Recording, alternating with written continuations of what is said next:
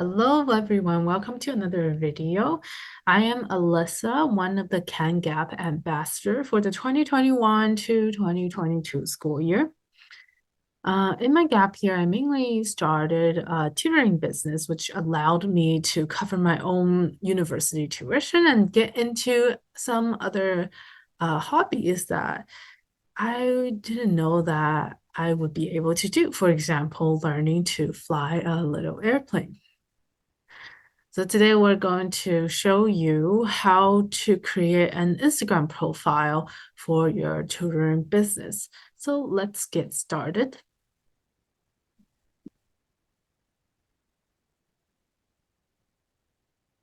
Alrighty. So this is my tutoring business profile that I've created. And as you can see, I've posted very succinct and call to action posts that allowed any potential client to understand my business models and my values easily. So additionally, I also created a website, but that is something for another video that I already posted.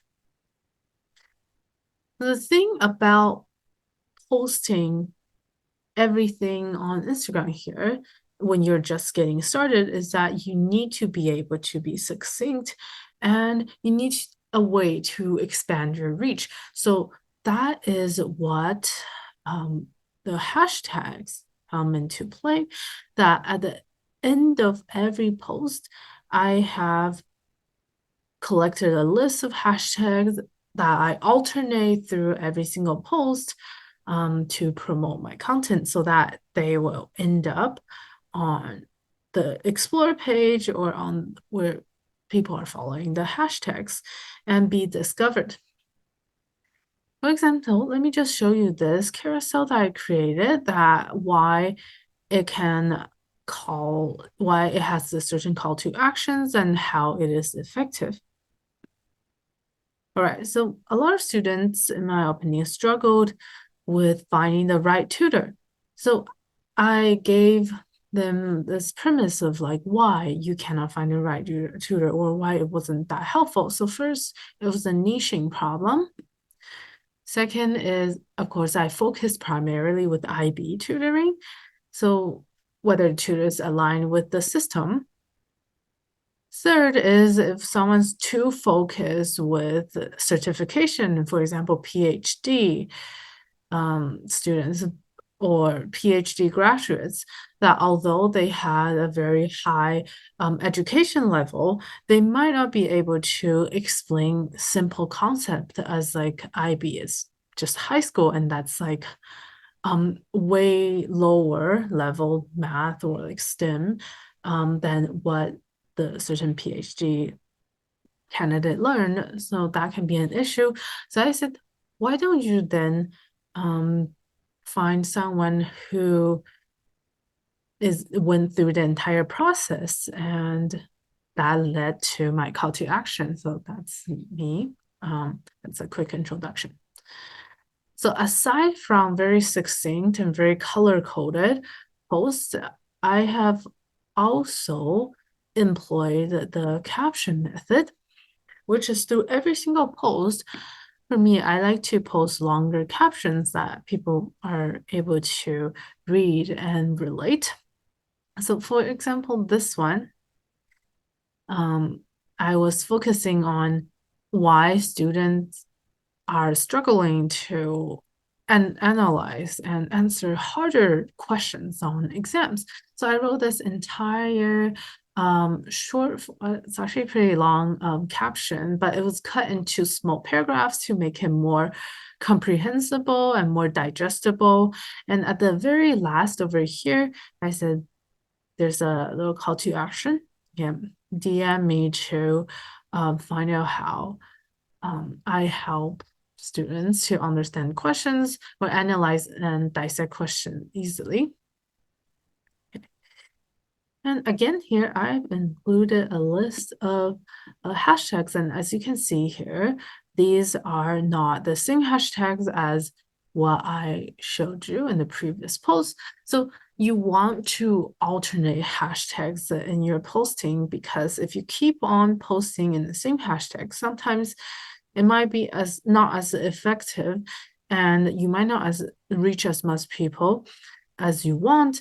And Instagram can also say, hey, it's spam. This person has been posting in the same hashtag for a long time. Maybe like it's not a priority post to show this post to a certain client.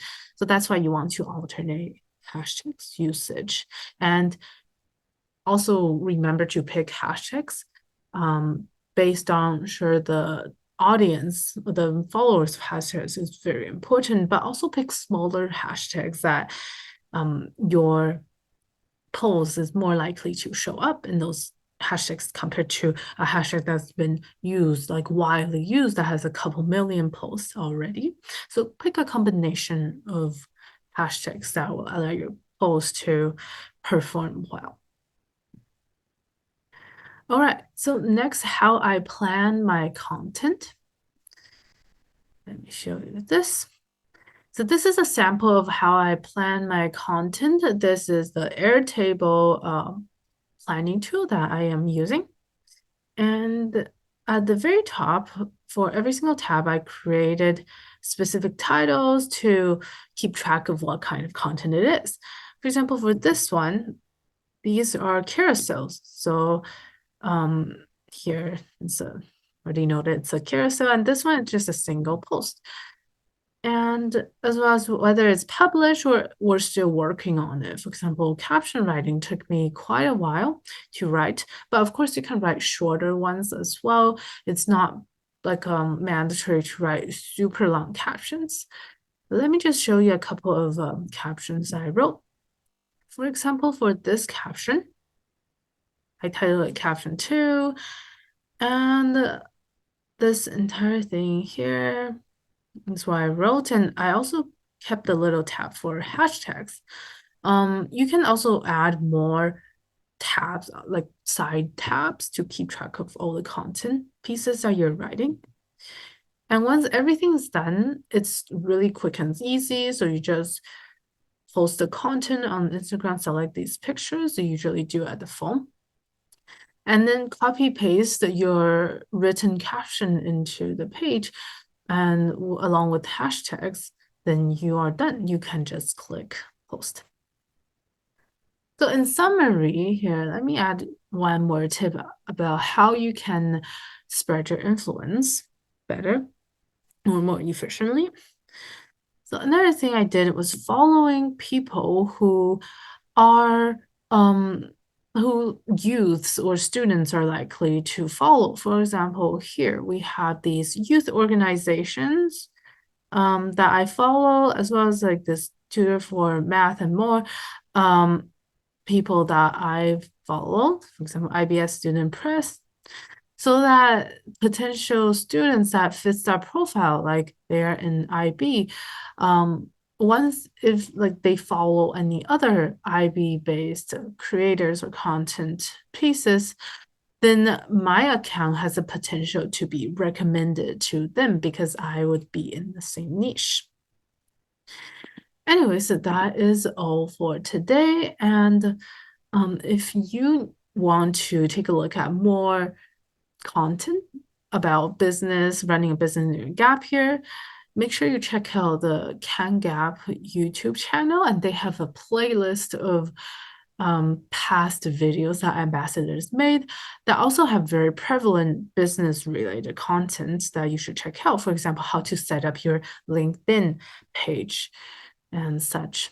So I hope you enjoyed this video, and I will see you next time.